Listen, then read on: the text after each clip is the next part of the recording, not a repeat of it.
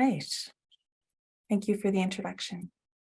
So I'll acknowledge where I am. I'm in what's known as Fredericton, which is the unceded land of the Wolastoqey, Mi'kmaq, and Passamaquoddy people.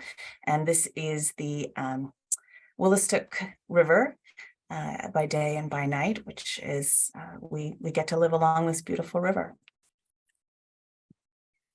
When I do a land acknowledgement, that is always coupled with a commitment to action, and the work that Wellness Within does, that I am engaged with in community collaborations and through teaching and practice, addresses these calls to action from the TRC report. So reducing the number of children in foster care, recognizing health rights of Indigenous people, increasing representation of Indigenous healthcare providers, and eliminating the over-incarceration of Indigenous people. And of course, we would push that much further to say the elimination of incarceration. Just to situate this, so this is the team that I work with at the Nova Scotia Women's Choice Clinic.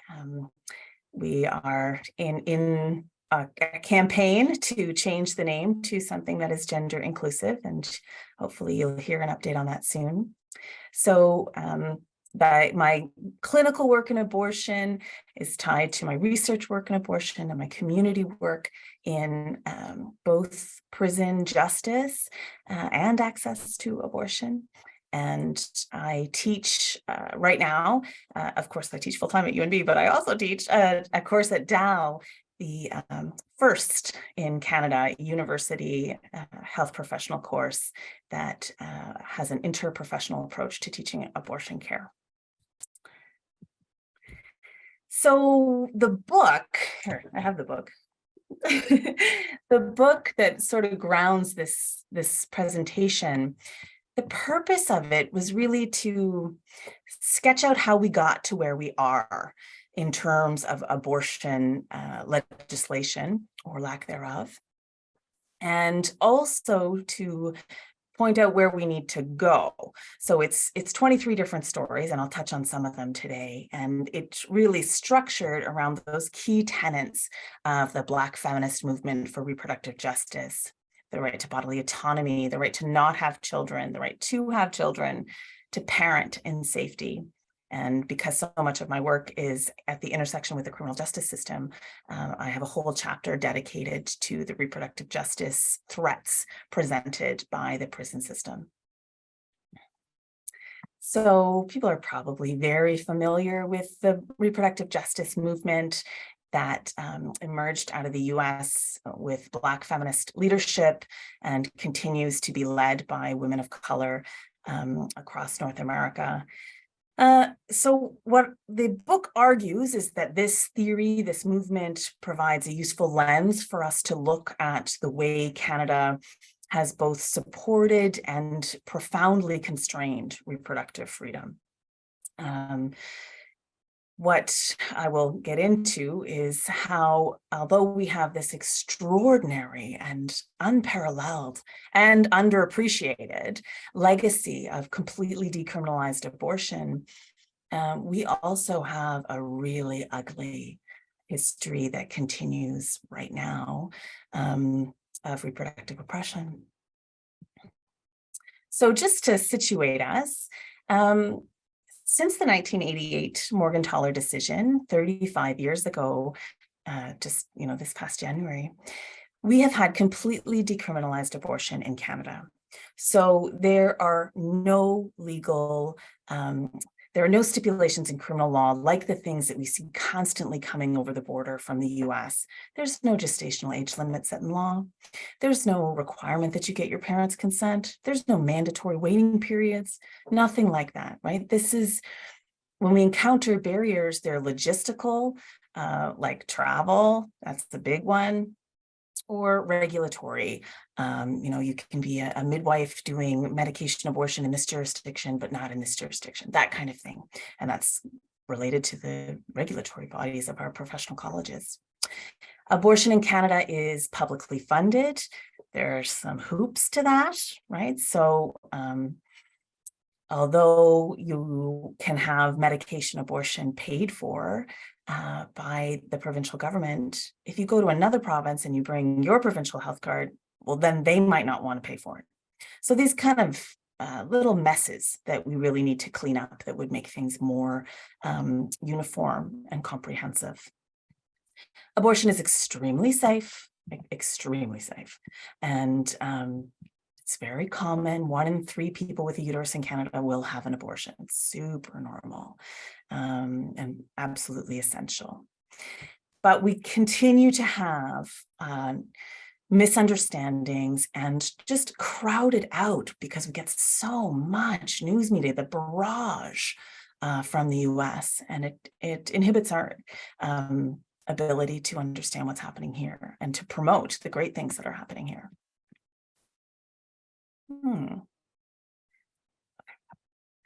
So in the book, I start with a very old story about Dr. Emily Stowe, who was a physician who was tried for administering abortifacient substances back in the 1800s.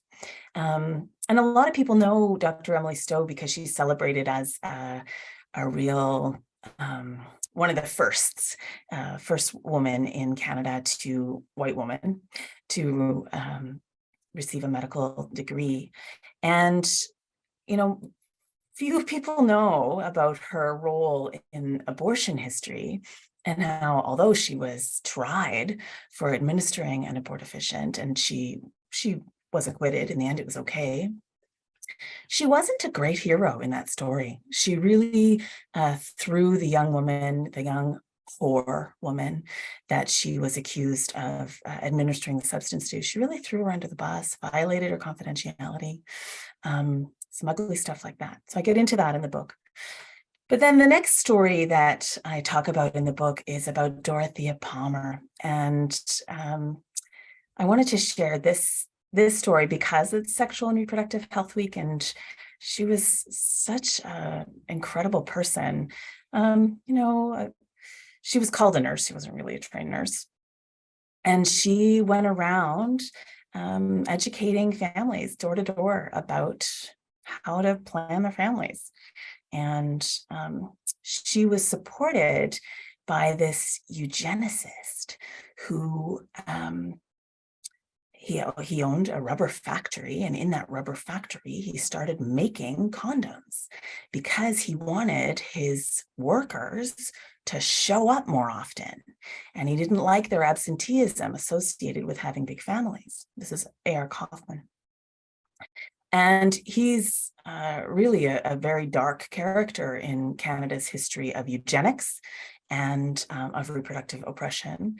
But Dorothy's work was very kind and very public-oriented, and she would go into communities that, she spoke English, they spoke French, they were Catholic, she wasn't, and she would be there and make a real difference in their lives. Anyway, she was tried for the crime of communicating about contraception. And her trial was a huge fiasco. Just went on and on forever. So much evidence, so many witnesses. And we don't learn about this, right? And it's so fascinating. And of course, Kaufman supported the whole thing, paid for her legal defense because he wanted to keep his campaign alive, right? And while this was a really important trial at the time for shifting public attitudes and just public understanding about how family planning worked, it didn't change any laws. And it wasn't until decades later with the Omnibus Bill in '69 that we actually saw it finally decriminalized to use and talk about contraception. So, you think about that, that's not that long ago, right? For us celebrating this week. Yeah, so that's one of the stories in the book that I think is really key to just know about this woman, about this period, this strange mix of eugenics and she was really a laywoman. She was called a nurse, but she really was just a layperson doing public education. Then the next story that I talk about in the book is about CHANTAL DAIGLE. And she really was such an incredible hero. Just a year after the Morgentaler decision, her relationship with this guy, Tremblay, well, she got pregnant and he became violent. And we know, right, that that's what happens, that there's such an elevated risk of violence in your relationship during pregnancy. And so she of course, wanted to get out of that relationship. But when she left, he tried to bar her from having an abortion. So even though we had established that abortion was completely decriminalized in Canada, he wanted, as the baby daddy, for lack of a better word, to get to control what she was going to do with her life. And really disgustingly, the Quebec court granted him an injunction. And so then she had to take it right to the Supreme Court, take her fight. And they met in the middle of the summer. They all came back from vacation to sit and process this case because they recognized it was really, really important. And CHANTAL, she escaped in disguise to the US to have her abortion while they were having this Supreme Court case. And of course, they ruled in her favor. But she would not have been able to get care just because she was so far along in Canada, and not because of a rule, but because there just weren't providers doing that care. She would have had to go to the States, so she did it anyway. And the important result of that case is that in Canada, the fetus is not considered a person. You are only a person once you are born, and no one else besides you has any power to decide what happens to a pregnancy. And I think this is important even for us as healthcare providers to recognize. I think we talk about, shared decision making, and abortion is a choice between a woman and her physician. And well, of course, that language is gendered and inappropriate, and we have nurse practitioners doing abortion now and midwives. But furthermore, it's not actually a healthcare provider's decision, right? It's only the patient's. I'm having sticky slides. I don't know why this is happening. There we go. And another case or story that I talk about in the book is about this real guerrilla artist who called themselves I Am Carrots, and put up these incredible screen printed images like you see right here. And so that Hey Wade, that's Wade McLaughlin, who was the premier at the time. And in 2016, well, 2015 really, I was very involved in this. We've kind of had enough of this decades of the province of PEI saying that you weren't allowed to have abortions on island, that it just wasn't really part of their culture. And so Abortion Access Now, PEI, formed, and Women's Legal Education Action Fund, and the Jowan Macmillan barristers, the pro bono lawyers in Halifax. Anyway, these people came together. We came together and basically sued the province for violating the constitutional rights of people on the island. And at this time, there was all of this art, public art, and people were going out in the streets kind of dressed in this Anne of Green Gables, but with the balaclava over their mouths. And there was all of this very public protest about a long-winded campaign to keep abortion off island, despite cost-benefit analysis, business proposals for services that would save the government a ton of money, despite all this, right? Anyway, so the lawyers for the provincial government received the lawsuit, and they looked at it and they said, you know what, we can't win this. And so there was no trial. And since 2017, there has been a really very dynamic abortion service on the island that includes not only procedural and medication abortion, but all kinds of other incredible stuff, from trans care to fertility workup to, cervical cancer screening and that kind of thing. And I've met a lot of the nurses who work there, and they're just so committed with a place like PEI. They're there for their patients 24/7. They'll drop off medication to a fishing boat. They're just incredible. So I think this story is underappreciated, and people still say completely incorrect things like there's no abortion on PEI. We fought for this and we won. And it's really important that people know that. Also, this women's wellness program is also changing its name to a gender inclusive and alternative. I don't think I have the official right to tell you what it is quite yet, but stay tuned. So I've talked a bunch about medication abortion. It's relatively new, right? It was approved by Health Canada in 2015. It took about 2 years to get to market. There were a bunch of weird regulations in place at the first bit, but largely because of evidence that was generated by the contraception and abortion research team out of UBC Faculty of Medicine, there were changes made very swiftly to those regulations. And medication abortion is like any other drug now, except that it's publicly funded, which is amazing and is a really wonderful baseline that we can use for advocacy for universal contraception coverage, which in BC, there's been excellent work, very substantial progress in driving that agenda forward that the rest of us across the country need to look to and borrow from. But what we've seen with medication abortion, of course, it's so important for overcoming the geographical challenge that is this giant country called Canada. And it's also really changed the vibe around abortion. It's so normalized. Abortion is totally normal, common, something that you do in your house. A really, really, really bad period. And we've seen that not only has it expanded the places that patients can get abortion, because any primary care provider can prescribe it, it's also simply increased the numbers of people, right? We have at least 40% more abortion providers than we did 6 years ago.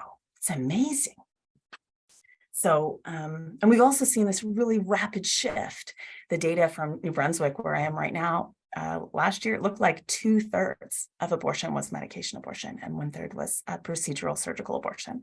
That's a huge change in tiny amounts of time. So this is another thing. People need to know about medication abortion. We need to talk about this and talk about it realistically. You don't just take a magic pill and you're not pregnant. Like it is something to go through, but again, super safe. And the one, okay, well, anyway, I don't know if I should say the one bright side of COVID, but certainly in abortion care, the ability for us to do telemedicine, get really comfortable with telemedicine, do it a lot, kind of push the limits of it. We're now doing a lot of what we call low or no touch abortion. So if you say that your last menstrual period was, 7 weeks ago, and you say you've taken a urine pregnancy test and you're pregnant, and you say that you don't want to be anymore, then you can just receive a prescription over the phone for medication abortion. There isn't a need for all the ultrasonography and blood testing that used to be so routine. There's a protocol, there's an SOGC protocol, but this is a real possibility for a lot of people now. And it's just so wonderful for people to maintain their privacy and comfort. So there's been a lot of amazing change, especially since 2015. And when I talk about where do we go next in terms of the abortion movement, I put a lot of emphasis on how we need to train people to be more confident and competent. We have the ability as nurse practitioners, as family physicians, as midwives in some provinces to prescribe, but do we feel like we know what we're doing? So let's get that training happening, routinize it. This is super normal. So let's make this a very routine part of primary care. then the next thing is, well, it's wonderful that the cost of abortion, whichever type, is generally covered by the province. Not only are there these interprovincial hiccups that really are not great when you're experiencing them as a student on low income, visiting another province to do your studies, you have to find $400. Like, we need to fix that. But big picture, we really need to fix how people without papers are excluded from care. It's not like it's going to be reimbursed later. They are just excluded, period. Totally unethical and really very trying for people working in the field. And then the third big ticket item is, again, that universal coverage for contraception. Why on earth would we be paying $2,000, $3,000 for a surgical abortion as taxpayers? A patient could have an abortion every single week and we would pay for it, but we won't pay $30 for them to have birth control pills. It's ridiculous. So that's a real point that we need to make some change about. Now, of course, the point is that there's more to reproductive freedom than just this, right? Than just this right to not have children. There's all those other things that the leaders of the reproductive justice movement talk about. So what does that look like here, right?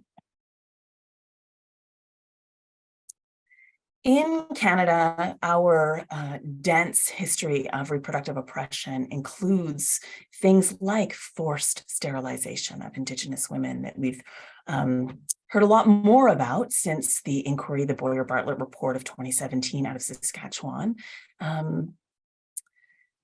That history includes a lot of forced sterilization on the books in BC and Alberta. Not just to harm Indigenous communities, but people with intellectual disabilities, physical disabilities, or perceived to have. I think people are probably familiar with the phenomenon of birth alerts, of child protection services coming in and removing babies from the breast at birth. And the profoundly racist ways that this is actualized. There's also things like privatized assisted reproduction. In the queer community, we need a little help. And this help remains highly privatized and inequitable, right? We still have queer parents experiencing real restrictions and hoops they have to jump through just to be parents on paper to their kids, to our kids. Another issue that I talk about in the book is how environmental destruction is fundamentally making parenting unsafe. You can't have a healthy pregnancy, you can't breastfeed your baby if the water in your community is deadly. Real basics like that. But when we have that reproductive justice lens, we have to recognize that that's what's happening for our patients, for our public. And then what I'll spend a little bit more time on is the impact of police violence and incarceration, prison systems on the right to parent and the right to parent in safety. So these are all much bigger pieces of the book, but you're going to get a little snapshot. So one of the stories that I tell in the book, and this is one of my favorite illustrations. Oh my gosh, I didn't even tell you. So the illustrator for all of this is Julia Hutt, who is an incredible self-taught artist in Halifax. And for many of the illustrations, she worked with the heroes of the stories directly. And she certainly works with SANTINA on this image. I apologize for not introducing her work earlier. It's really important for me to work with artists in generating presentations. I think it certainly makes it more attractive, but it also resonates with abolition politic, that we are working in, frankly, a very idealistic and creative frame to try to put new visions of the world, of the way systems could be, out into the world. So SANTINA.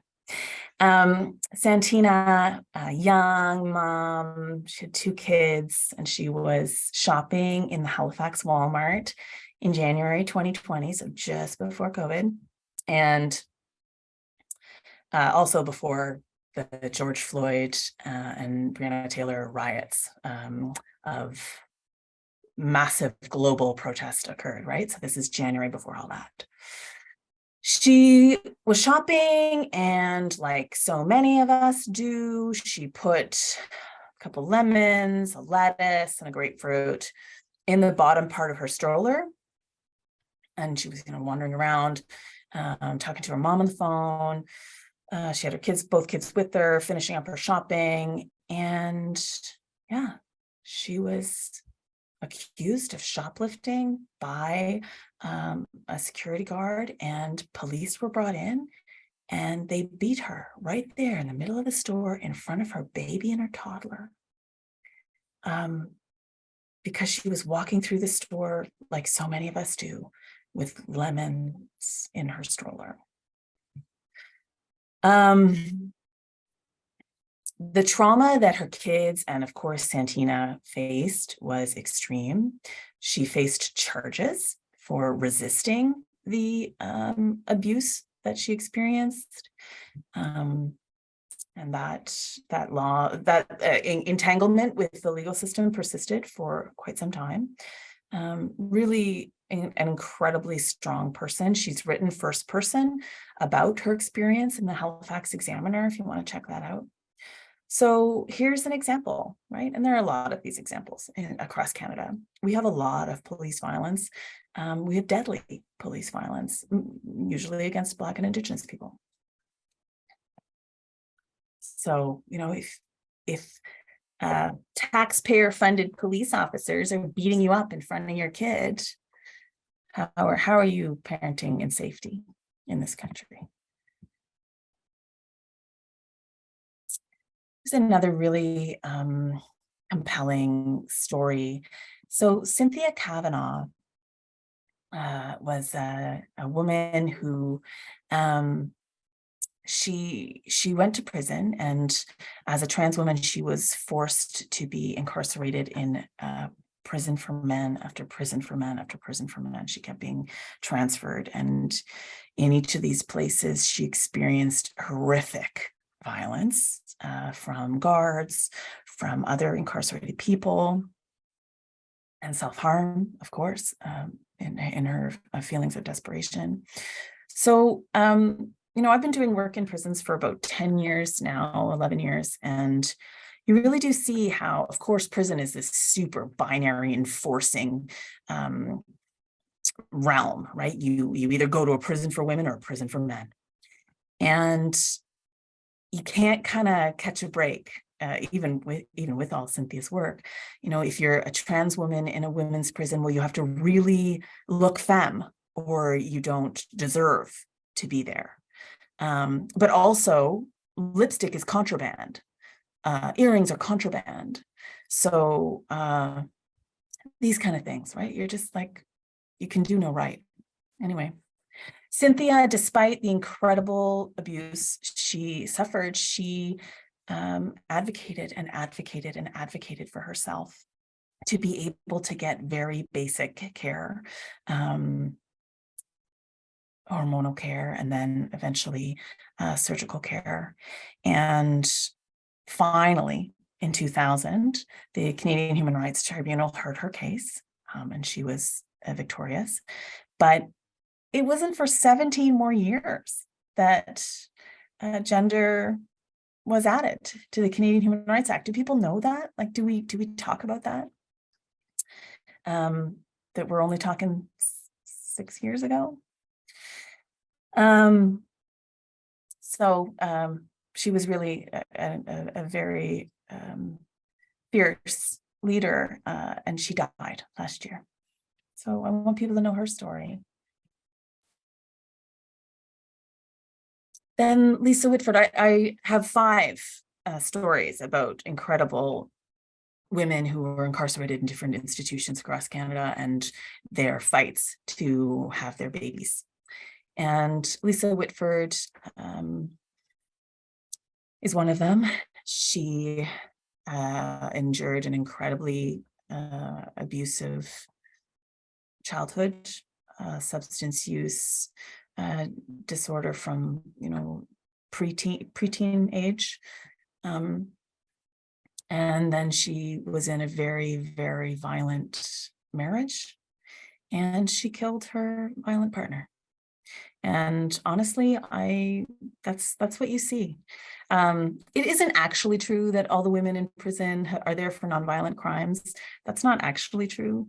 And at the federal prison level, there is actually a lot of violent convictions, but you listen to the story and it makes perfect sense how that happened. Yeah, of course. And I think we think that people get off for self-defense, and they don't, especially Indigenous women. They don't, like Lisa Whitford was. So Lisa Whitford wanted to bring her baby, and she was able to bring her baby into the mother-baby program at Alouette in BC, the Alouette Provincial Prison, and then later to the Fraser Valley Federal Prison. But her getting to do that elicited a lot of really hateful media attention and scrutiny. And after that, the federal program became a whole lot more difficult to participate in, period. In 20 years, there's been less than 150 people in that program across the country, across all 6 prisons.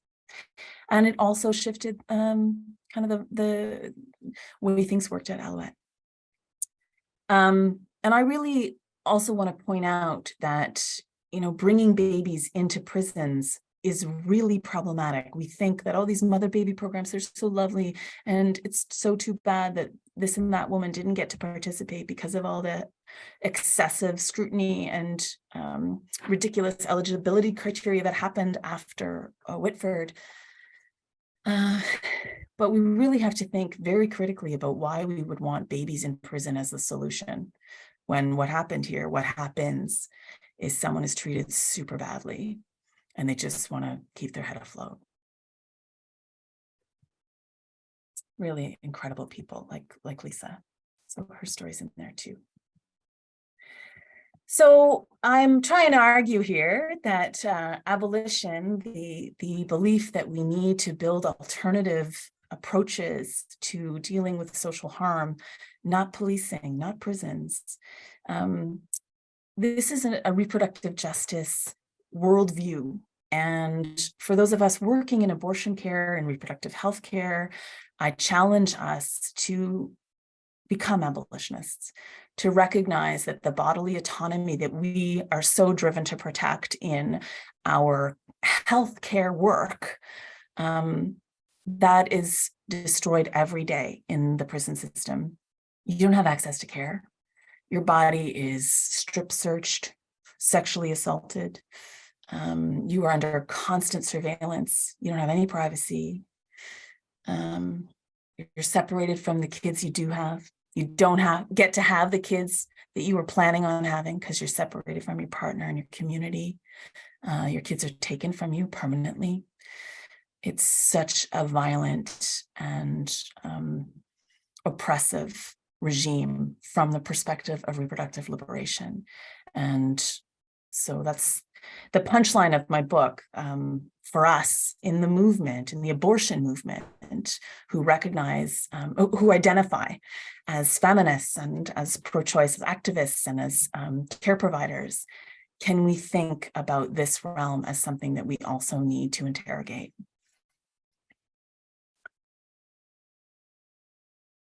And what does abolition look like, right? So I've alluded to how it's about creativity and experimentation, and really this idea that, yes, we don't necessarily know that something's going to work great, but we know that policing in prisons isn't working right now. We know what isn't working and what we keep dumping billions. Federal prison, $2.4 billion a year. Incarcerating one mother-baby pair, $250,000 a year. Why would we do that? Why wouldn't we give like 25 grand to 10 women, right? They live great lives. What's wrong with us? It's very effortful. It's very persistent. You can't kind of give up on the spiritual side of it, that this is simply your belief system. And it's about constant compassion and accountability, including your own accountability, being accountable to errors that we make as healthcare providers, as researchers in this area. Yeah. And it's really a very caring and loving movement. A book I want to plug here is my colleague, Dr. L. Jones, has this really gorgeous little book called Abolitionist Intimacies, published by the same publisher as me, Fernwood. And it really shows how friendship is at the core of this philosophical approach. So what Wellness Within does, we started Wellness Within in 2012. We just wanted to have a doula program so that people could go in and bear witness to what people were experiencing, because we were hearing about people being put in solitary confinement with no mattress, with the lights on all the time. Well, they were 8 months pregnant. So we just wanted to be present, and we still do that work. We have clearance in provincial, federal prisons and the youth center. But we also do a lot of work to expose what's really happening in prisons. Prisons are hidden away and you don't get inside and you don't get to see what's going on, but they're public institutions. They are funded by our tax dollars and we should know what's going on. So Wellness Within does a lot of work, kind of like just this talking about what's really happening. And then we also do a lot of work to train, to build capacity, because that's what abolition is about. What can we do? What can we do well? And that's not necessarily just training healthcare providers, although of course that's part of it, but doulas and lay people and caring people in community, kind of the opposite of micro-credentialing, really just trying to broaden our vision as a community, our understanding as a community, what we're all capable of and what we can give each other.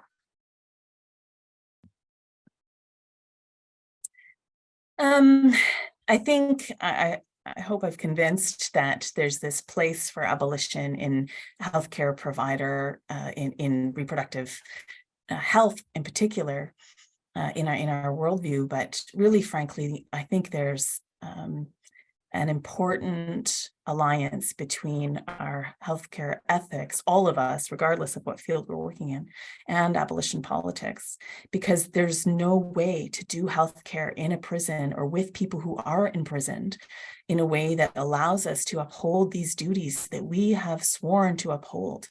You can't. How do you maintain confidentiality when a guard who is not in the circle of care knows everything, sees everything, hears everything?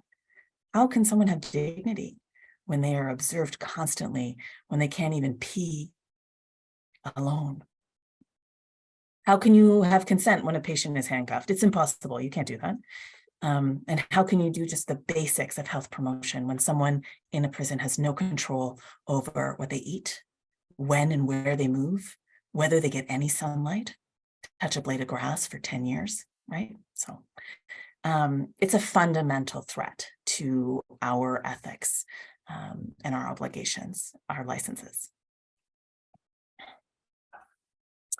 And here's a quote from the book that I'll leave you with. For those of us working to improve abortion access, I hope we also work for prison abolition and see these things as connected struggles tied to all the reproductive rights fights in between. Reproductive health is so vast, it is at the core of our individual autonomy, the measure of the health of our community, and the base of our democracy. Thank you. There's my email, and there's my gang at Wellness Within. We also changed our name and dumped the women's, as one does, right? All right, so now I'm going to stop sharing because I'm supposed to. Thank you so much, Dr. Paynter, for this amazing presentation and for helping us and talking us through the connection between abortion access and the abolitionist movement more broadly. I invite everybody to add questions into the chat, and I'm just looking here, but I also want to say that we have to put a hard stop at 12:58, as Dr. Paynter has another presentation right after this, and want to make sure that she can take a breath and maybe take a sip of water as well. I'm just going to look here. I see this first question from Casey Culprin, who asked, what got you interested in this kind of work?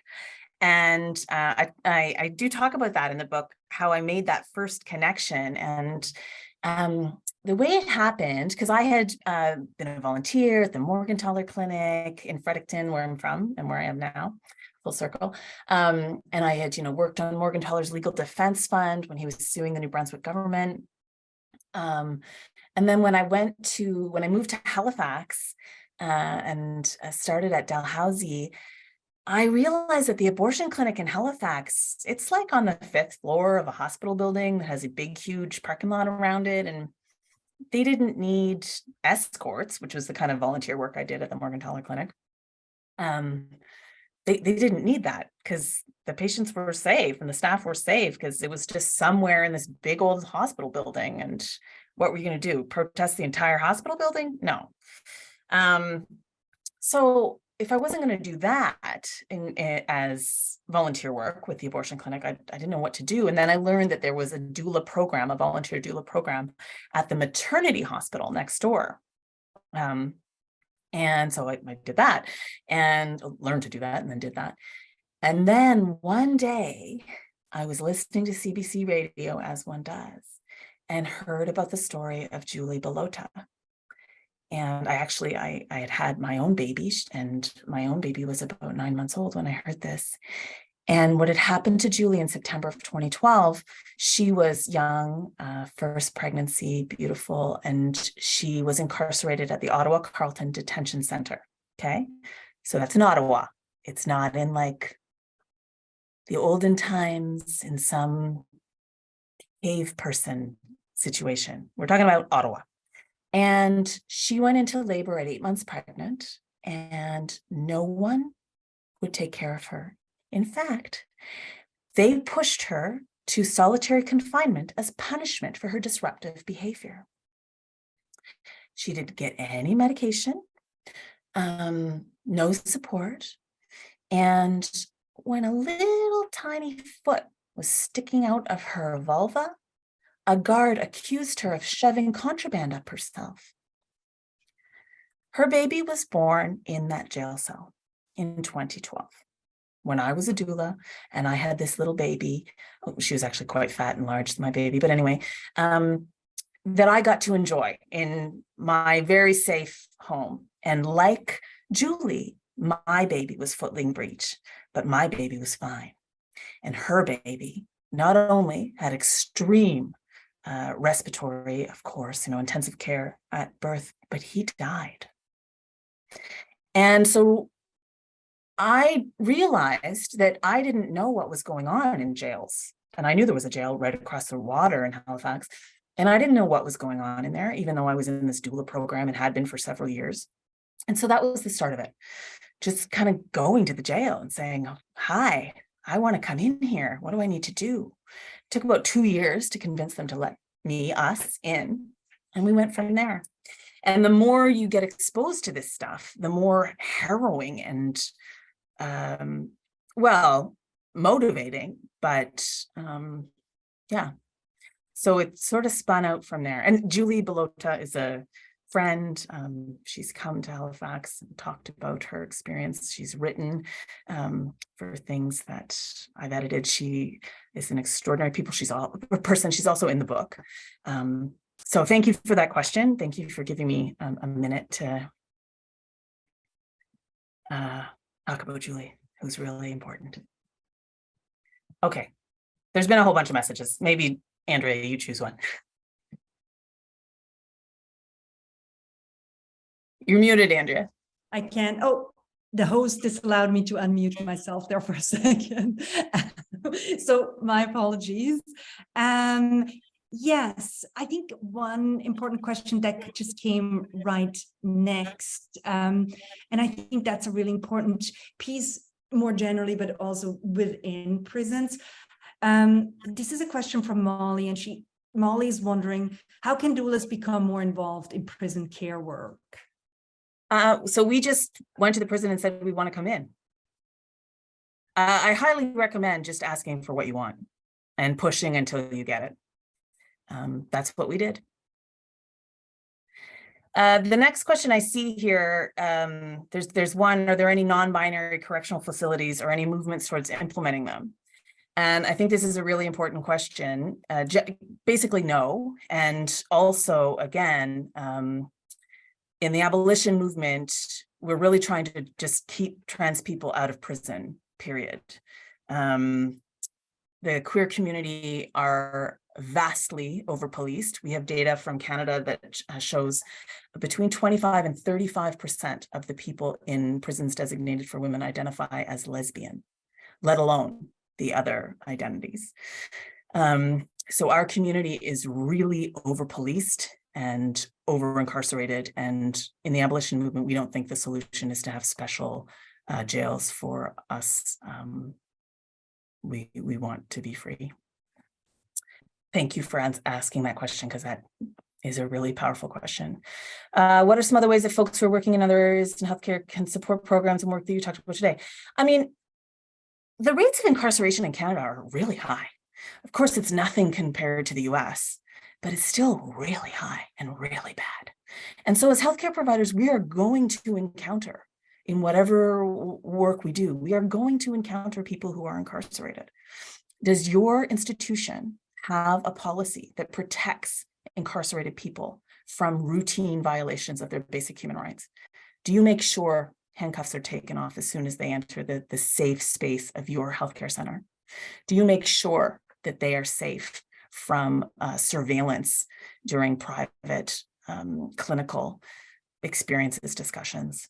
Do you make sure that they are going home with correct and complete information? What are you doing? Whether or not you have one today, you are going to have an incarcerated person come through your doors. Is your facility ready? Have you thought this through?